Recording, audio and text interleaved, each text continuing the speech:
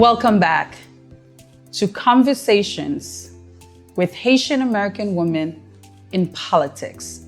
My name is Naomi Blamire, and it is an awesome privilege for me to be here today to sit down with four phenomenal women in their own right. Please help me welcome Gepsie Metellus, who is running for County Commissioner, District 3.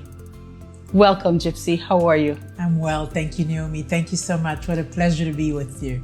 You look splendid. Thank you. As do you. Blue agrees with you. Thank you. Thank you so much for being here. You are a pillar in our community. You have been here for decades. You have served and served well. But I know that for you to take the decision to enter politics, there was a journey. Tell us, what is your story, Gepsie? Oh my goodness. What's my story? Not too unfamiliar from that of so many other women who grew up in the United States. My family moved to New York City when they left Haiti. I soon joined them. At what age? How old were you? I was 12 when I arrived in the United States. I went to school in New York, college in New York. And after graduating, Miami was the place where, there was a Haitian refugee crisis. There were a number of issues unfolding. And I guess I always had service in my heart. And I thought I would come. My family was also relocating to Miami. And so I thought, well, let me come along because maybe Miami needs me right now. I was saying that, of course, much to the chagrin of so many of my friends who thought, why would you leave New York to come to Miami? But I felt that I was needed, and I haven't looked back since. So upon arriving, I was 24 when I moved to Miami. 23, I think. 23. I jumped right in, right? The Haitian Refugee Center, later on Haitian Teachers Association, then subsequently a number of different efforts to celebrate the decennial of women's history, to sort of organize around education issues, to organize around healthcare, around the HIV challenge that we face when the CDC famously or infamously declared that to be Haitian was a risk factor for the HIV/AIDS syndrome. And so from that and then on to other initiatives with NAACP, with some local churches, some sororities, some fraternities. Of course, it was primarily focused on ensuring that Haitian refugees would be legalized, that the Haitian community would be accepted in this country, and in particular in this city, and then of course that we could build a community of immigrants who would then replicate the storied past of immigrants before us, right? So we've had our challenges, and I've had my growing pains, my challenges, and my evolution in this field of community engagement. So my husband, who I married, I was 24 when I got married, but it's someone I met when I was 18. We met accidentally in Montreal. He went his way, I went mine. And when I moved to Miami, there he was, right? And so we sort of picked up naturally because first there was a friendship. We had a similar worldview, we still do. We shared so many interests, so many passions, and it was just perfect. So today, I could kill him, but he's my best friend and love of my life, right? And you guys have been married now for? 30, and he would kill me right now because 35 years, I want to say. 35 years we've been married. It's quite a feat, right? So I have a question for that, yes, but that's for another show. Not a problem. How do you stay married for 35 years? That's another show. Yes, and we should do that. Absolutely. We should definitely do that. Absolutely. Mm-hmm. Wow, 35 years. 35 years. 35 years, Gepsie, and we know that you are not a biological mother. Mm-hmm. However, you have been a surrogate mother for many, and you also find ways to give advice to new moms like myself. Tell us about that process and how you've transitioned to find purpose in finding women like such as myself and sowing seeds into them while they are parenting. Sure, that problem. So let's clarify. So I did have 2 children, but they did not survive, right? And so of course, you go through those awful, painful moments, painful years. And at some point, I think, with the help of family, friends, and of course my husband, we thought, okay, so maybe this is just not for us. And of course, I run the risk of going through a severe case of toxemia of pregnancy. And so that is your body rejecting a pregnancy, right? And that's why the children didn't survive, right? So the first time stillborn, the second time, it was a baby girl who lived for about 7 days, and because she was born premature, she subsequently passed of an infection. So, I can sit here today and tell that story, after having come to some sort of spiritual center around this experience. And what is it? For me, I think, well, maybe it's not in the cards. And we talked about adoption at some point. And my husband just had some really interesting answers, whenever I posed it. And I thought, okay, he's not ready for that. And maybe that's not necessarily what he wants. And so let me just leave things alone, and the answer will be revealed to us. So here I am. And so in the meantime, I served as a teacher for many years, right here in Miami Edison Senior High School in particular. And that's where I think I mothered too many students. I served as surrogate mother to many who continue to make me so proud today, because they're the professionals of today, making things happen, running organizations, being part of Fortune 500 companies, and really doing well, right, as entrepreneurs as well. So in that sense, I'm happy, I'm satisfied. And so I have nieces, godchildren, nephews, and so I can be surrogate mother to so many people. And so I'm fine with it. At this point in my life, if it was to be, it would have been. And so that's my peace. That's how I've made my peace with it. And Gepsie, I must say, you have so many experiences that the average woman can connect with. And I think that as a Haitian-American woman, being able to have this conversation with you shows that we are all on our own individual journeys. And whatever life brings our way, it's just to better prepare us to sow seeds into somebody else's life, which you have been doing for so many years here in this community. Thank you for that. You're welcome. When you think of purpose, Gepsie, what does purpose mean to you? Oh my goodness, it's a life of service to others, the service to community, making things better, changing, whatever it is that I can change in the world, bringing solutions to whatever problem that I have in my wheelhouse to be able to address and to resolve. So service, and one short word, it's a life of service. Absolutely. Let's define community. Sure. So community is, a group of people who share a space, right? Who share a particular landscape. So in that space is culture, religion, language, food, entertainment, common interests, right? Common purpose, common goals, right? And so I think that as a community, many of us, share, we have maybe more than one element, right? We have a common purpose. Yes. Many of us have a common vision, right? We certainly have a common language, a common heritage. We all love our food, right? And so, but these surface aspects of culture are the stuff that we build upon. And you build on that to actually dig deeper into your history, your heritage, and your purpose, your historic purpose. Why are you on this earth, right? So depending on, what you believe in,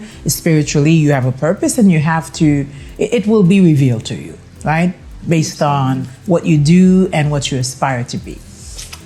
Gepsie, for the decades that you have been in the Haitian American community, you have certainly seen us go through many different phases.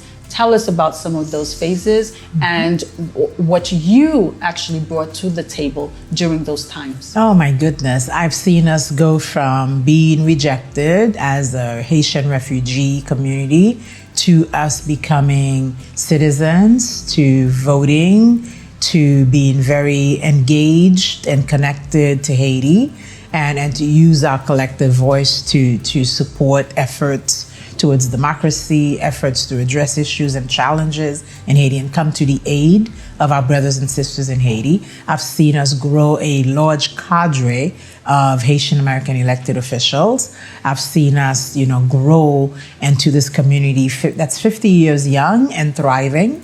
Yes, we could do a lot more, right? But we've accomplished quite a bit. And I think that if we harness our resources, intellect, money, vision, we can, the sky's the limit for us as a community. There's so much that we can accomplish yet, but we've got to really come together.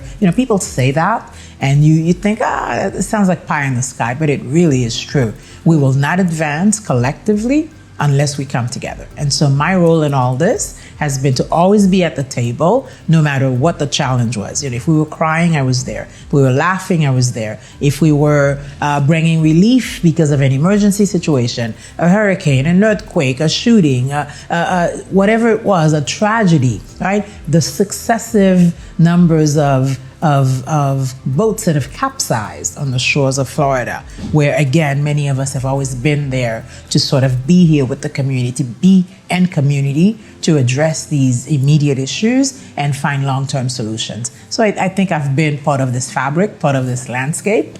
And again, it's one of the other reasons that helps me to better understand that this is in fact my calling. Due to COVID-19, many organizations need a safe and equipped place to host meetings and to broadcast live on many social media platforms. BL Workspace can help. All you really need to do is come in and start your live events with whom you wish to connect with. You can connect with church congregations, small businesses, or throw a concert. We are here to help. With a crew of 1 or 2 people and with a strict social distance protocol in place, this is the place where you can hold your virtual meetings. BL Workspace, connecting people and organizations. Call us now to book 786-440-8121. You can also connect with us on Instagram at BL Workspaces. In addition to everything else that you just mentioned, you also sit as the executive director of Susantla. Tell us, what is Susantla and what it has contributed throughout the years to this community? Sure. So Susantla is a social service agency. It's 20 years strong now. We provide a number of free services, from helping folks get employment, tax preparation, financial coaching, citizenship, safety net benefits, parenting, mental health counseling, helping people navigate systems. We have a wonderful fellowship program where we're grooming the generations of leaders of the future, whether they're civic or political, but the idea is that we're preparing them for leadership. Exactly. Beyond that, Susantla also has a 14-year television program which airs on Island TV.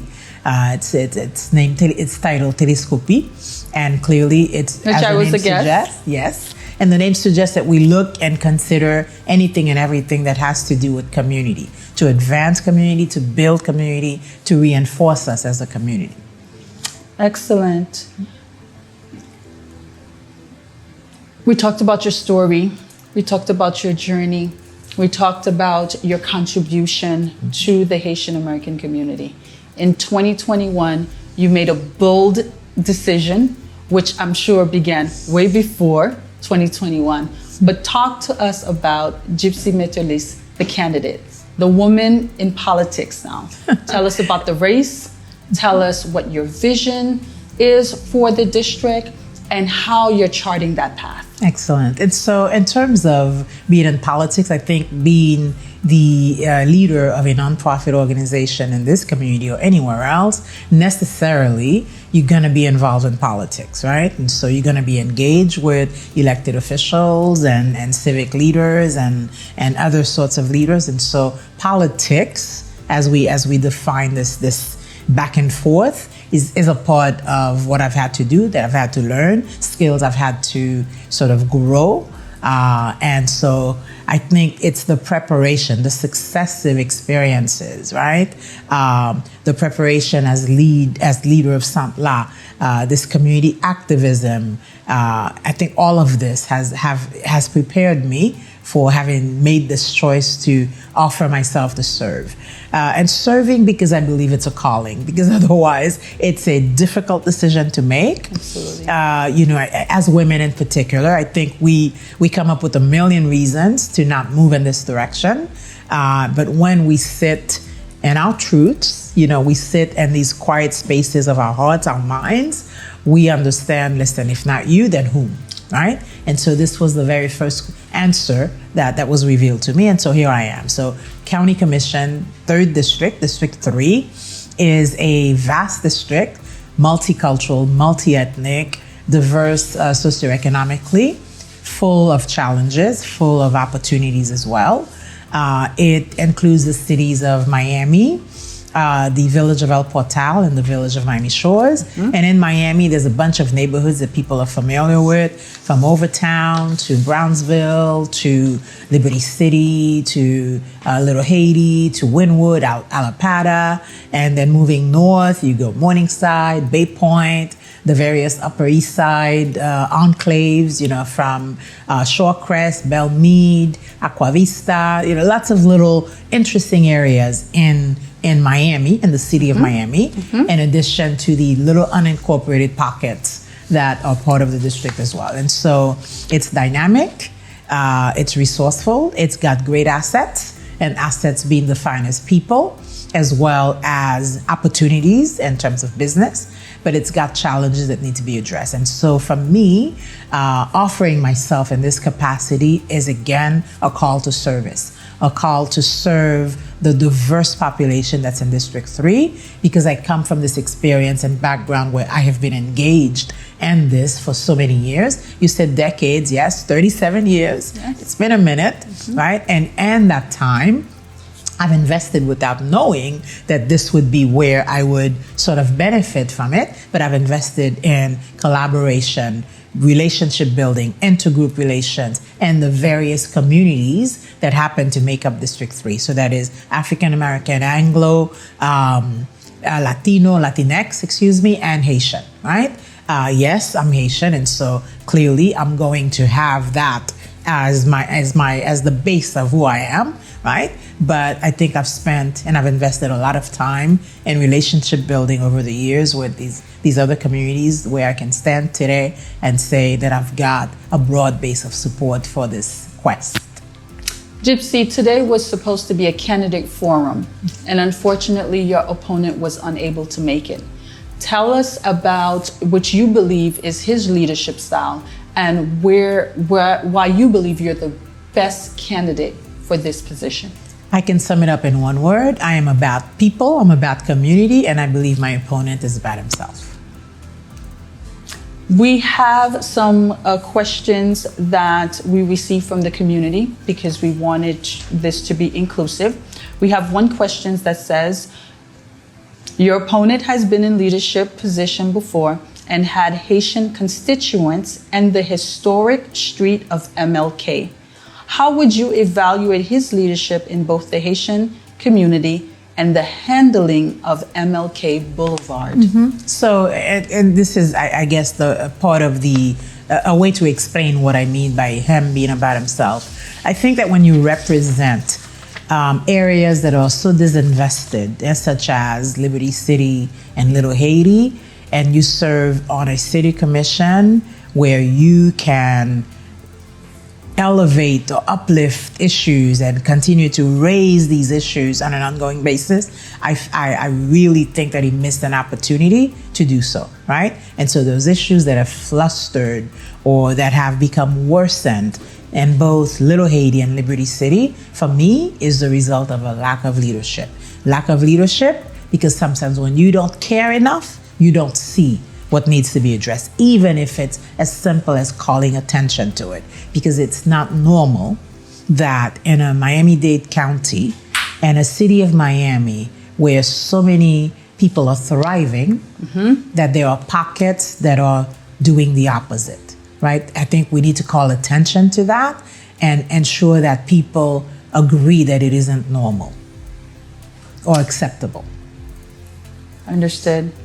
The final question from the public. Gepsie, with the current gentrification of Little Haiti, when you win the election, how will you be able to help the many families in that area, or do you have any plan currently in motion to assist them? So that's a two-pronged kind of answer. On the one hand, I believe in community engagement. I believe in transparency. And I believe in folks being engaged, right?